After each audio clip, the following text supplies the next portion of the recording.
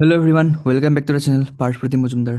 আজি আমি কথা পাতিম জে এল ডাবল ই বা জে এম ডাবল ই 2025-2026 ইয়াৰৰ কাৰণে আমাৰ কমপ্লিট এডমিশ্যন প্ৰচেছ এণ্ড গোটেইখিনি আমাৰ exam date form fill up and everything আমি ডিছকাছ কৰিম। So' what is this J L double E and J M double E? I am sure এইখিনি বস্তু সকলোৱে জানে, এণ্ড যদি নাজানে আমি আজি কথা পাতিম। So' Assam science and technology university যেনেকৈ আমাৰ বি টেকৰ কাৰণে কণ্ডাক্ট কৰে আমাৰ গোটেইখিনি প্ৰচেছ কাউন্সেলিং হওক বা এক্সাম হওক বা এভৰিথিং, তেনেকৈ জে এল ডাবল ই কাৰণে কৰে। So' what is J L double E? Joint lateral entrance examination, entry examination, ঠিক আছে, for admission in to third semester of B tech program. এতিয়া বহুখিনি ষ্টুডেণ্টছে মোৰ যিখিনি ডিপ্ল'মাৰ ভিডিঅ' আছিলে সেইখিনি চাই পেলাই কৈছে যে ডিপ্ল'মা আমি কিয় কৰিব লাগে? যদি আপুনি ডিপ্ল'মা 3 বছৰ কৰে, আফটাৰ ডেট আপুনি বি টেকত ফাৰ্ষ্ট ছেমিষ্টাৰত সোমাব নালাগে, আপুনি ডাইৰেক্টলি এণ্ট্ৰি পাই যাব থাৰ্ড ছেমিষ্টাৰৰ। বাট এণ্ট্ৰিৰ কাৰণে এটা পৰীক্ষা দিব লাগিব, যিটো পৰীক্ষাৰ নাম হৈছে জে এল ডাবল ই, মানে joint lateral entry examination, J L double E 2025। Similarly আমাৰ জে এম ডাবল ই হয় যেনেকৈ জইণ্ট এম চি এ এণ্ট্ৰেন্স এক্সামিনেশ্যন। চ' যিখিনি ষ্টুডেণ্টছে বি চি এ কৰিছে তেওঁলোকে যদি ইঞ্জিনিয়াৰিং কলেজত ভাবিছে নিজৰ এম চি এ কৰিবৰ কাৰণে, বিকজ এম চি এ যদি কৰে ইঞ্জিনিয়াৰিং কলেজত প্লেচমেণ্ট পোৱাৰ চান্স খুবেই থাকে, তেন ডেফিনেটলি আপোনালোকে এম চি এ কৰিব পাৰিব G M double E exam দি পেলাই। এণ্ড সাধাৰণতে এম চি এ ষ্টুডেণ্টছখিনিয়ে যদি মানে মানে বি চি এ ষ্টুডেণ্টছখিনি যদি মানে বি চি এ কৰি পেলাই যদি এম চি এ পৰীক্ষা দিয়ে সাধাৰণতে পাই যায়, মানে ইমান খুব ডিফিকাল্ট নহয় প্ৰচেছটো। বাট জি এল ডাবল ইৰ কাৰণে অফক'ৰ্ছ অকণমান ডিফিকাল্ট হয়, যিহেতুকে G L double E seats খুবেই কম থাকে এণ্ড এপ্লিকেণ্টছ অকণমান বেছি থাকে। So' for admission into first semester of M C A program আপুনি জি এম ডাবল ই দিব, and admission into third semester program আপুনি জি এল ডাবল ই দিব। So' now what is important? Submission of online application form 23rd মে'ৰ পৰা start হ'ব up to 2nd June. মানে আমাক ধৰক আল্টিমেটলি 10 দিন এটা সময় দিছে। চ' 10 দিনৰ ভিতৰত আপুনি ক'ব গ'লে ফৰ্ম ফিল আপ কৰিব লাগিব। বহুতে এইটো মিছ কৰি দিব, বহুতে গমেই নাপাব ফৰ্ম ফিল আপ কেতিয়া আহিলে কেতিয়া গুচি গ'ল। So' this video' is very very important. যদি আপুনি চাই আছে, যদি আপুনি এছপিৰেণ্ট হয়, তেন ডেফিনেটলি লগৰবোৰকো শ্বেয়াৰ কৰিব, চ' তেওঁলোকে পৰীক্ষাটো দিব পাৰে। অ'কে, এণ্ড যদি গোটেইবোৰ আপডেটছ লাগে দেন ছাবস্ক্ৰাইব কৰি থওক, বিকজ নটিফিকেশ্যন নাপাব যদি কিবা ইম্পৰ্টেণ্ট আপডেটছ আহি যায়, বিকজ মই ভিডিঅ' দি থাকিম ইয়াতে এই চেনেলটোত। So' for notification you can subscribe.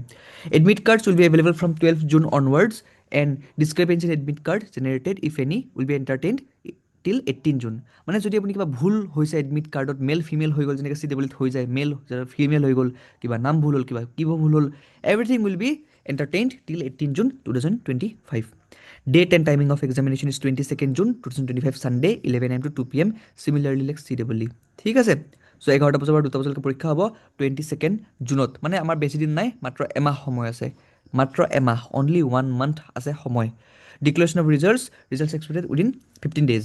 মানে যদি আমাৰ 22 জুনত এক্সামটো হৈছে, আমাৰ ৰিজাল্ট হয়তো 7 জুলাইৰ আগত দি দিব, 7 জুলাইৰ আগতেই দিব 100%। এপ্লিকেশ্যন ফি 2000 ৰুপিজ হয়, এণ্ড আমাৰ বাকীবোৰ যিখিনি আছে examination will be M C Q based, মানে আমাৰ মাল্টিপল চইচ কুৱেশ্যনছ থাকিব, and single paper of 3 hours থাকিব। Okay, with the following distribution. কি distribution? Subjects for J L double E 2025 and subjects for J M double E 2025। J L double ইত maths আহিব 30টা question, basic computer science 10 questions, engineering graphics 10 questions, basics of engineering, branch of engineering 50 questions. মানে আপোনাৰ ক'ৰ ব্ৰাঞ্চৰ পৰা আপুনি যি ব্ৰাঞ্চে হওক কিয় 50টা কুৱেশ্যনছ আহিব, বাকী মেথছ 30, কম্পিউটাৰ 10 এণ্ড গ্ৰাফিক্স 10। ঠিক আছে, জি এম ডাবল ইত maths 30, reasoning 30, English 20 and computer 20। Generally B C এৰ ষ্টুডেণ্টক কম্পিউটাৰ কুৱেশ্যনছ ইমান কম কিয় দিছে আই ডোণ্ট ন', বাট অলপ বেছি দিব লাগে, বাট ইটছ ফাইন, ঠিকে আছে, ভালেই হৈছে বাৰু। মেথছ, ৰিজনিং, ইংলিছখিনি দি দিছে, কম্পিউটাৰ 20 মাৰ্ক দি দিছে। So' 4 marks for correct answer and -1 for wrong answer. এইটো একদম চিমিলাৰলি চব ছেমে হয়।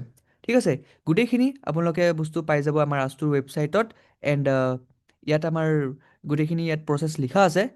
মই এবাৰ পঢ়ি দিছোঁ প্ৰচেছখিনি, ইম্পৰ্টেণ্ট হয়, এবাৰ চাই লওক। The link of J L double E and J M double E 2025 log in portal will be available only on ASTU website, and ASTU is not responsible for any information related to J L double E 2025 and J M double E 2025 examination provided in any other website or social media platforms. মানে আস্তুৱে responsible নহয় যদি কিবা বেলেগ মানে প্লেটফৰ্মত কিবা যদি ফেক ইনফৰমেশ্যন দিছে, বিকজ বহুতেই ক'ব গ'লে মানে ৱেবছাইট আছে যিবিলাকে মানে ফেক ইনফৰমেশ্যন দিয়ে। চি ডাবল ইৰ ক্ষেত্ৰত এনেকুৱা হৈছে যে কাট অফৰ ক্ষেত্ৰত ভুল দেখাই দিয়ে। আজি যদি আপুনি নিজে যদি মাৰি চাই চি ডাবল ইৰ কাট অফ অনলাইনত নোহোৱাকৈ, বহুত ভুল ভুল বস্তু ওলায়, বিকজ ৱেবছাইটখিনিয়ে মানে পাব্লিচিটিৰ কাৰণে যি টি কাট অফ এটা দি দিয়ে, ষ্টুডেণ্টছখিনিয়ে সেইবোৰ চাই পেলাই বিলিভ কৰিলে, বিকজ ৱেবছাইটছখিনি অকণমান ফেমাছ ৱেবছাইটছ হয়, কিন্তু একচুৱেলি কেছ নহয়। ঠিক, চ' ছেকেণ্ড পইণ্টটো কি হয়? Copy of application form or any other document should not be sent to the office. However, candidates should take print out of the application form to be produced during counseling. ঠিক আছে, সেইটোতো I guess সকলোৱে গমেই পায়। Candidates must take successful online fee payment within the last date of submission of online applications. Otherwise, his her candidature will not be considered for examination. Of course, payment to কৰিবই লাগিব, নহ'লে এইটো consider নকৰিব। And টাইমৰ আগত payment কৰিব দেই, টাইমৰ পিছত পে'মেণ্ট কৰি একো লাভ নাই। No communication regarding the failure of payment received after the last date of submission online applications will be entertained. Of course, এইটো এণ্টাৰটেইন কোনো নকৰে। আপুনি যদি আফটাৰ ফৰ এনি ৰিজন যদি আপুনি লাষ্ট ডেটৰ পিছত পে'মেণ্ট কৰি আছে, সেইটো এণ্টাৰটেইন কোনো নকৰে। Fifth point, payment status will be successful after 1 to 2 days। আজি পে'মেণ্ট কৰিলে আজি ছাকচেছফুল হ'ব, সেইটো কথা নাই। এদিন দুদিন লাগিব পাৰে, তাৰ কাৰণে একো পেনিক নকৰিব, একো ভয় নাখাব যে পে'মেণ্ট হোৱা নাই বা পে'মেণ্ট হৈছে কিন্তু মানে দেখুওৱা নাই ৱেবছাইটত। ডাজন্ট মেটাৰ, আপুনি পে'মেণ্ট কৰিছে, আপোনাৰ পৰা পইচা কাটা গৈছে, ডেট মিনছ সেইটো ছাকচেছফুল হ'ব within 2 days। If payment status still persist pending after 2 days, please contact the helpline number available on the website immediately. ঠিক আছে, বুজি পাইছে? তাৰপিছত যদি হয় এবাৰ কণ্টেক্ট কৰি ল'ব। Do you want classes? আপোনাক ক্লাছেছ লাগে নেকি? ব্ৰাঞ্চ অফ ইঞ্জিনিয়াৰিং আমাৰ যিখিনি 50টা কুৱেশ্যনছ আহিব, বা মেথছ আহিব 30 কুৱেশ্যনছ, বা আমাৰ ইঞ্জিনিয়াৰিং গ্ৰাফিক্স আহিব 10 কুৱেশ্যনছ। ঠিক আছে, ক্লাছেছ লাগে নেকি?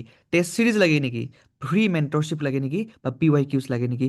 যদি লাগে তেনেহ'লে আমাৰ হোৱাটছএপ গ্ৰুপ জইন কৰক for free, Telegram group join কৰক ফৰ ফ্ৰী। তাতে আমি সকলোখিনি আপডেটছ দি দিম। And if you really want course and test series, আপুনি মোক DM কৰিব পাৰে। মোৰ হোৱাটছএপ নম্বৰ অবভিয়াছলি দিয়াই আছে টেলিগ্ৰামত। এণ্ড হোৱাটছএপ জইন কৰিলেও হোৱাটছএপ নম্বৰ গমেই পাই যাব, বিকজ আল্টিমেটলি মই তাতে এডমিনে আছোঁ।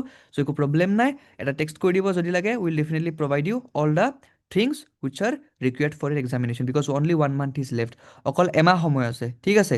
এমাহ সময় আছে, এমাহতে ক্ৰেক কৰিব লাগিব। যদি ক্ৰেক কৰিব বিচাৰি আছে, ডেফিনেটলি ভালদৰে পঢ়িব লাগিব। তাৰ কাৰণে জইন কৰি লওক for all the updates. Thank you for ৱাচিং।